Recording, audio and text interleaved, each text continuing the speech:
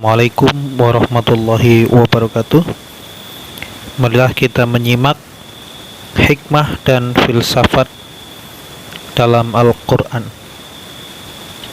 Hikmah dan filsafat pada pokoknya mengandung 4 macam ilmu, yaitu ilmu mantik, ilmu alam, ilmu pasti, dan ilmu ketuhanan.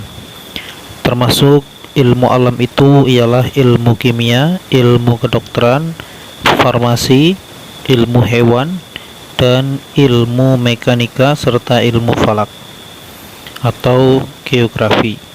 Termasuk ilmu ketuhanan ialah metafisika, yaitu pembahasan mengenai pencipta jiwa, jin, malaikat, dan sebagainya. Mereka mempelajari ilmu-ilmu tersebut karena dorongan Al-Quran yang menganjurkan supaya mereka menuntut ilmu, dan karena di dalamnya terdapat ayat-ayat yang berhubungan dengan ilmu-ilmu tersebut. Mengenai ilmu falak, diantaranya seperti tersebut dalam surah Yunus ayat 15. هو الذي جعل الشمس ضياء والقمر نورا وقدره منازل لتعلموا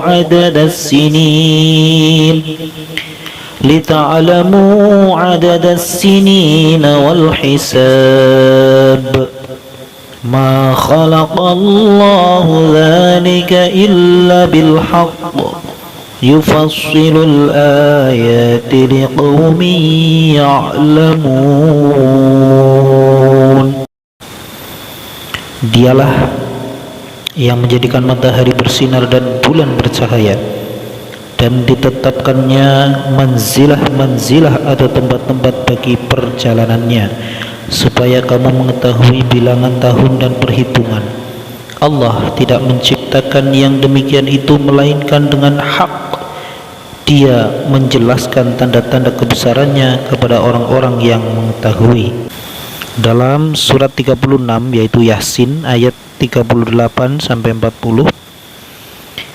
Wasyamsu tajri li mustaqarrin laha ذلك تقدير العزيز العليم والقمر قدرناه منازل حتى عاد كالعرجون القديم لا الشمس ينبغي لها أن تدرك القمر ولا الليل سابق النهار وكل في فلك يسبحون.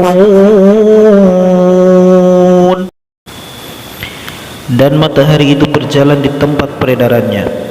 Itulah ketentuan dari Yang Maha Perkasa dan Maha Mengetahui. Dan telah kami tetapkan bagi bulan manzilah, perjalanan, sehingga setelah dia sampai ke manzilah yang terakhir, kembalilah ia sebagai bentuk tandan yang tua.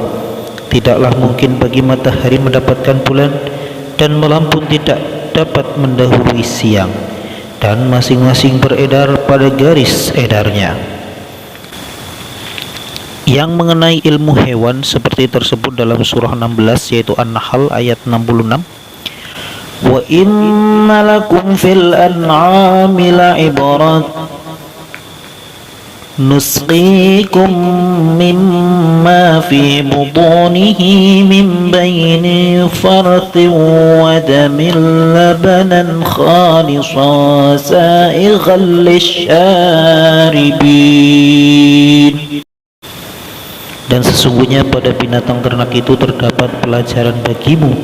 Kami memberimu minum daripada apa yang berada pada perutnya, berupa susu yang bersih antara tahi dan darah, yang mudah ditelan bagi orang yang hendak meminumnya. Mengenai ilmu tumbuh-tumbuhan seperti tersebut dalam surah 13 Ar-Ra'd ayat 4. وفي الأرض قطع متجاورات وجنات من أعناب وزرع ونخيل صنوان وغير صنوان يسقى بماء واحد ونفضل بعضها على بعض في الأكل إن في ذلك لآيات لقوم يعقلون. Dan di bumi ini terdapat bagian-bagian yang berdampingan dan kebun-kebun anggur, tanaman-tanaman dan pohon-pohon kurma yang bercabang dan yang tidak bercabang, disirami dengan air yang sama. Kami melebihkan sebagian tanaman-tanaman itu atas sebagian yang lain. Tentang rasa dan bentuknya, sesungguhnya pada yang demikian itu terdapat tanda-tanda kekuasaan Allah bagi kaum yang berfikir. Mengenai ilmu bumi dan ilmu alam seperti tersebut dalam surah Qaf ayat 7-8. وَالْأَرْضَ مَدَدْنَاهَا وَأَلْقَيْنَا فِيهَا رَوَاسِيَ وَأَنبَتْنَا فِيهَا مِنْ كُلِّ زَوْجٍ بَهِيجٍ تَبْصِرَةً وَذِكْرَى لِكُلِّ عَبْدٍ مُنِيبٍ. Dan kami hamparkan bumi itu dan kami letakkan padanya gunung-gunung yang kokoh, dan kami tumbuhkan padanya segala macam tanaman yang indah dipandang mata, untuk menjadi pengajaran dan peringatan bagi tiap-tiap hamba yang kembali mengingat Allah. Dalam surat Saba ayat 18. Dan kami jadikan antara mereka dan antara negeri-negeri yang kami limpahkan berkat kepadanya beberapa negeri yang berdekatan, dan kami tetapkan antara negeri-negeri itu jarak-jarak perjalanan.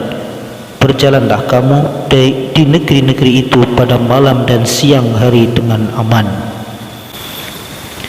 Mengenai roh seperti tersebut dalam surah Al-Isra ayat 85. وَيَسْأَلُونَكَ عَنِ الرُّوحِ قُلِ الرُّوحُ مِنْ أَمْرِ رَبِّي وَمَا أُوتِيتُم مِّنَ الْعِلْمِ إِلَّا قَلِيلًا. Dan mereka bertanya kepadamu tentang roh, katakanlah, roh itu termasuk urusan Tuhanku, dan tidaklah kamu diberi pengetahuan melainkan sedikit saja. Yang mengenai jiwa seperti tersebut dalam surah Asy-Syams ayat 7-10. Wa nafsin wa ma sawwaha فألهمها فجورها وتقواها قد أفلح من زكاها وقد خاب من دساها. Dan jiwa serta penyempurnaan ciptaannya, maka Allah mengilhamkan kepada jiwa itu jalan kefasikan dan ketakwaannya. Sesungguhnya beruntunglah orang-orang yang mensucikan jiwa itu, dan sesungguhnya merugilah orang-orang yang mengotorinya. Mengenai qada dan qadar tersebut dalam surah 35 Fatir ayat 11.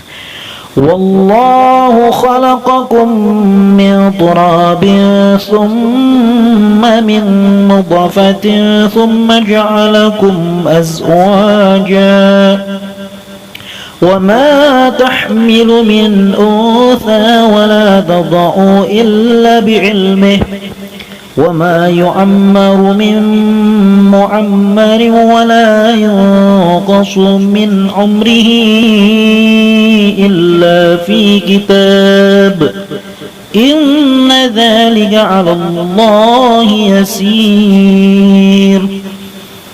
Dan Allah menciptakan kamu dari tanah, kemudian dari air mani, kemudian Dia menjadikan kamu berpasangan laki-laki dan perempuan. Dan tidak ada seorang perempuan yang mengandung dan tidak pula melahirkan melainkan dengan sepengetahuannya. Dan tidak dipanjangkan umur seseorang yang berumur panjang dan tidak pula dikurangi umurnya, melainkan sudah ditetapkan dalam kitab Lauhil Mahfuz. Sesungguhnya yang demikian itu bagi Allah adalah mudah. Karena ilmu-ilmu yang dimiliki oleh kaum muslimin tentang hal-hal tersebut di atas belum lengkap, maka mereka memulai usahanya dengan cara menerjemahkan buku-buku dari bahasa asing. Adapun usaha penerjemahan ini telah dimulai sejak masa Bani Umayyah tahun 661 sampai 750 Masehi dan digiatkan di masa pemerintahan Abbasiyah 749 sampai 1258 Masehi, yang didorong pula oleh Khalifah Abu Ja'far Al-Mansur 754 sampai 775 Masehi. Telah mendatangkan ahli terjemah yang menerjemahkan kitab-kitab kedokteran, ilmu falak, dan ilmu pemerintahan dari bahasa-bahasa Yunani, Persia, dan India. Begitulah singkatnya. Billahi taufiq wal hidayah. Assalamualaikum warahmatullahi wabarakatuh.